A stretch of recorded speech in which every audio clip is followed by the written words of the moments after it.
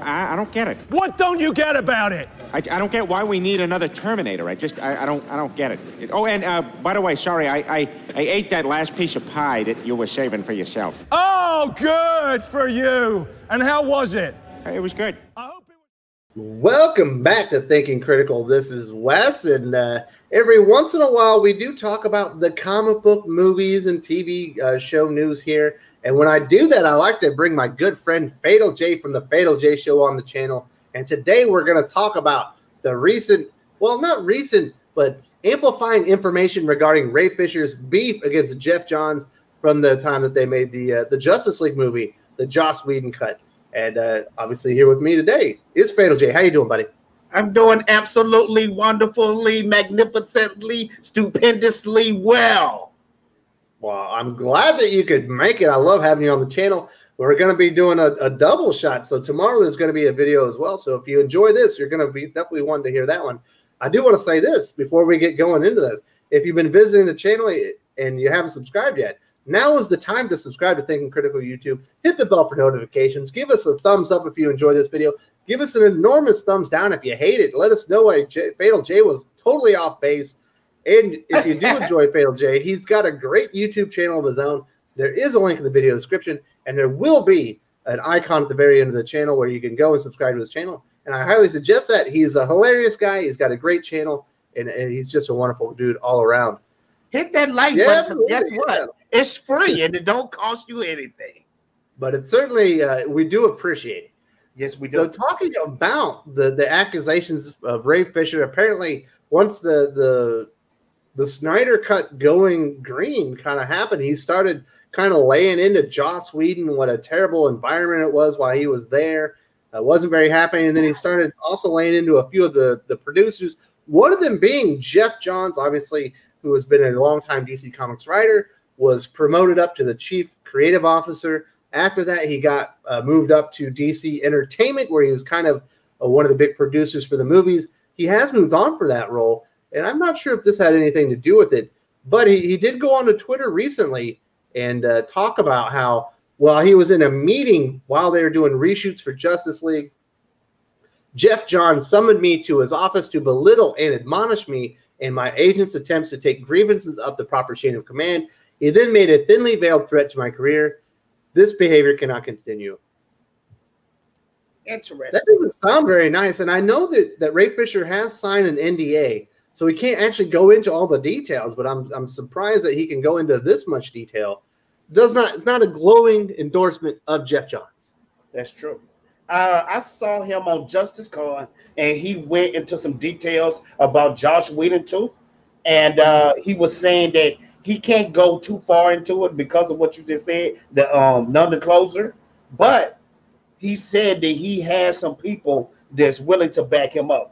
He's very passionate about this, and I can't take sides because it was him and Geoff Johns in the room. It was him and Joss Whedon in the room. So I don't know the truth. I don't know what's going on, even though I can be a little biased because, you know, I'm down with the Snyder Cut movement, but everybody is the same. I treat everybody like the same. So I don't know who's right, who's wrong, but all I can say is this: Ray Fisher is out for blood.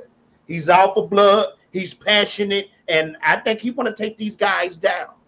He said on the Justice Con, he doesn't care if his career is on the line anymore. He said he just want right to be right. So it's going to be interesting to see what happens next. It is interesting. These aren't the first allegations against Joss Whedon about maybe not being the nicest guy in Hollywood and entertainment. But that's true. Don't really hear these kind of things about Geoff Johns.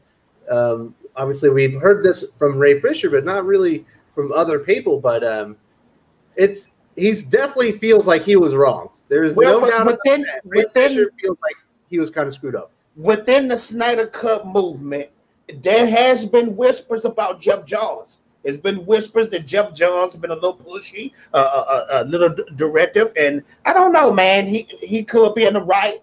But from experience in life, seems like when people go up in power, when they go up in management or whatever, seems like the real them starts to come out. Like the real ego, the real them is exposed.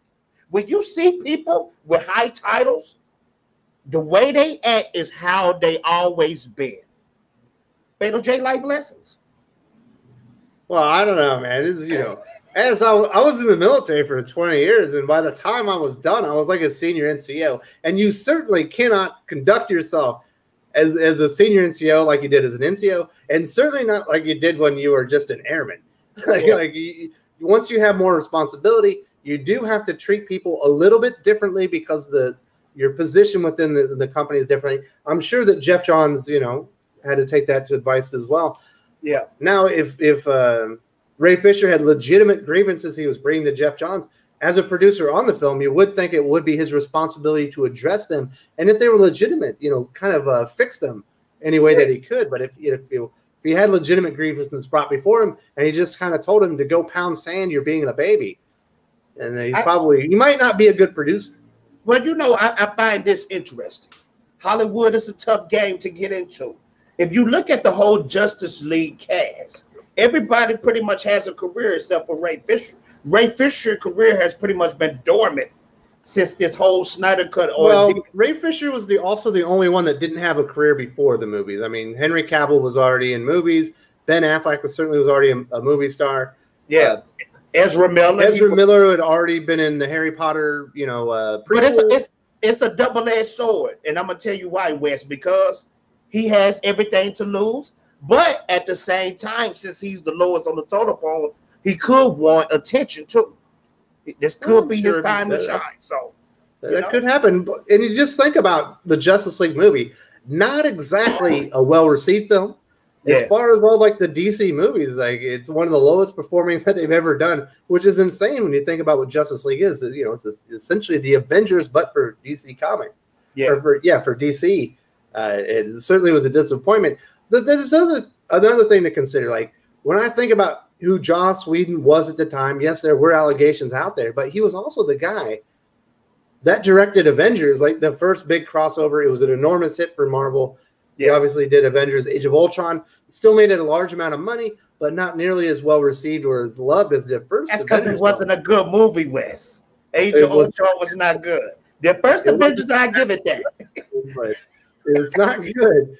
But, you know, thinking about who Joss Whedon was at the time, Geoff Johns is the dude moving up from DC Comics into a producer role. I almost feel like what could he do to Joss Whedon? Even if Joss Whedon was being a dick, like he can tell, you know, the executive producers or maybe the president of the company. It's not like he can go to Joss Whedon by like, listen, Joss, I'm the dick in town. You're going to listen to me. I'm that was not what his role was. You know, it's an old saying out there. People used to say it's two sides to every story. That's not true.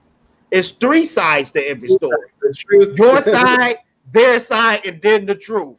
You know, so maybe we'll see what comes out of this. I don't know. I don't think we will because of those NDAs unless Ray Fisher wants to pay like his contract back. Well, you know, I just still find that funny, and maybe he was just talking.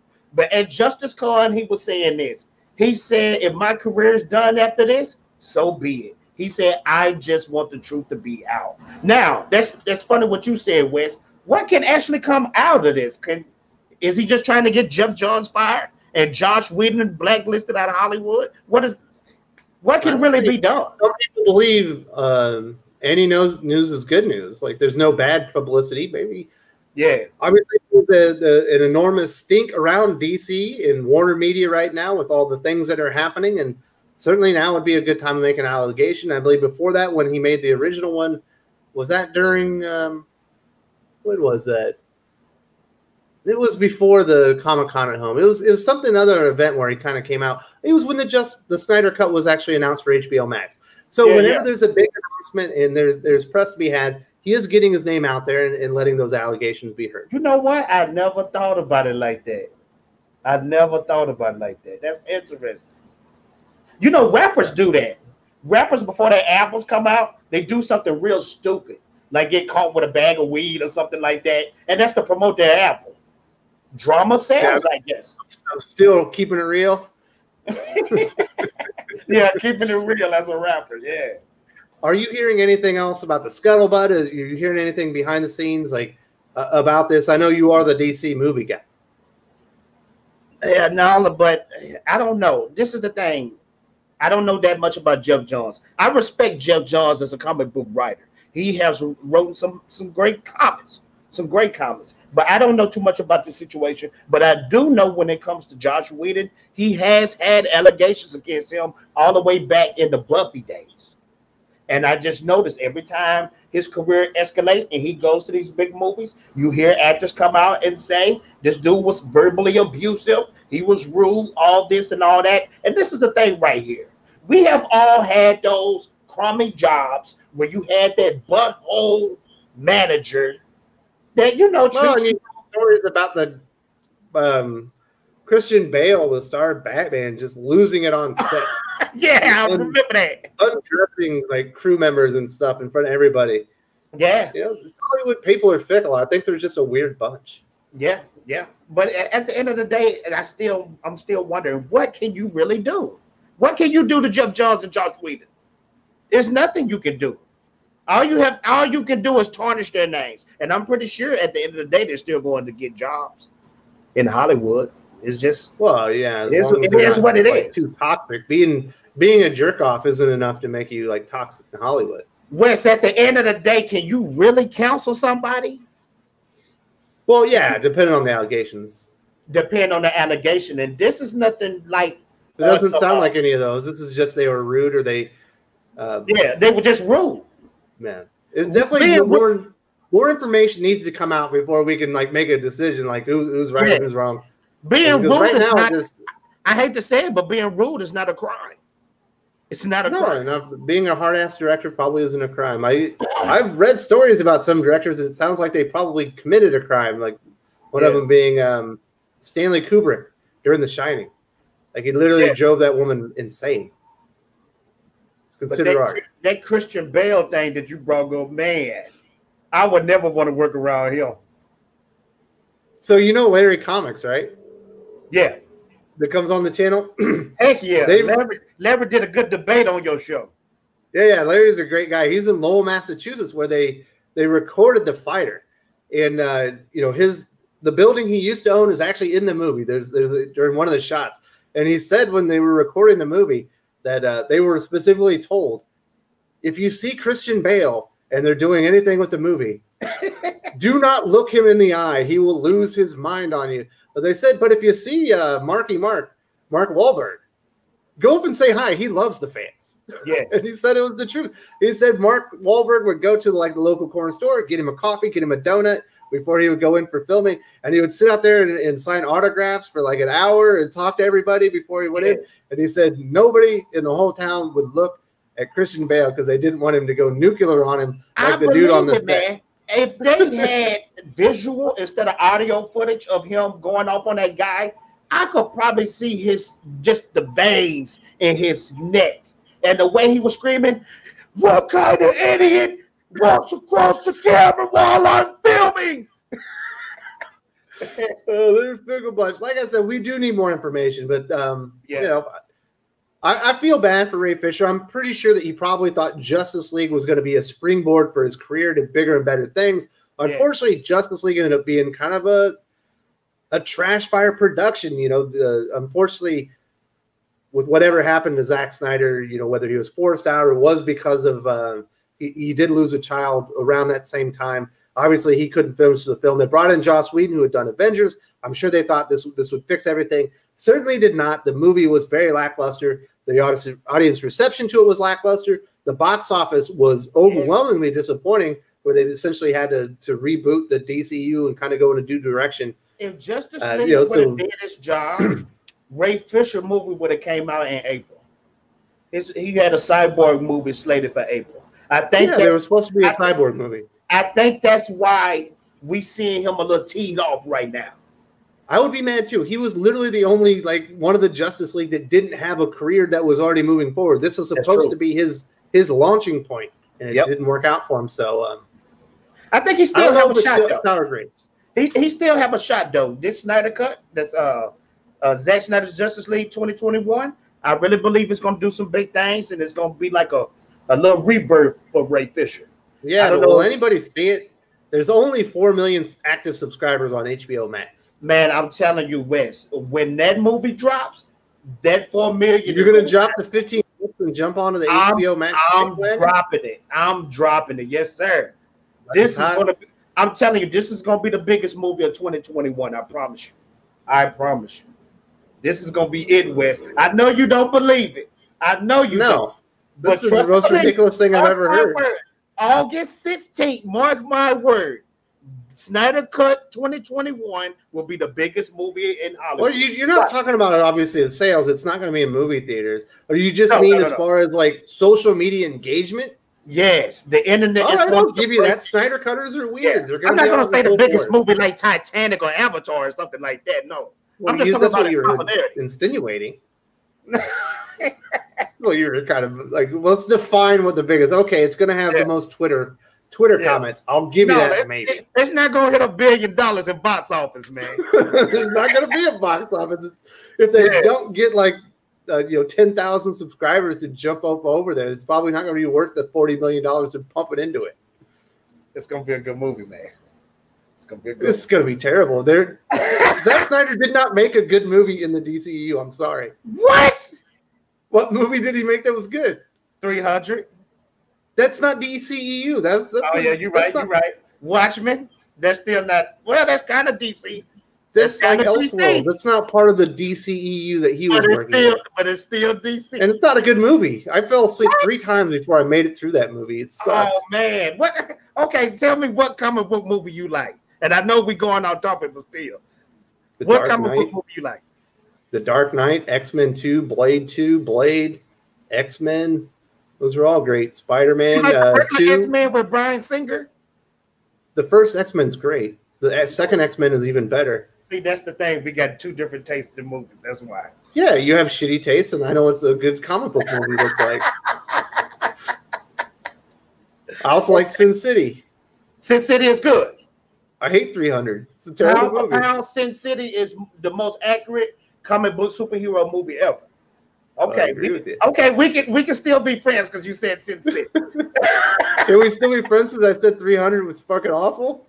What? You don't like 300?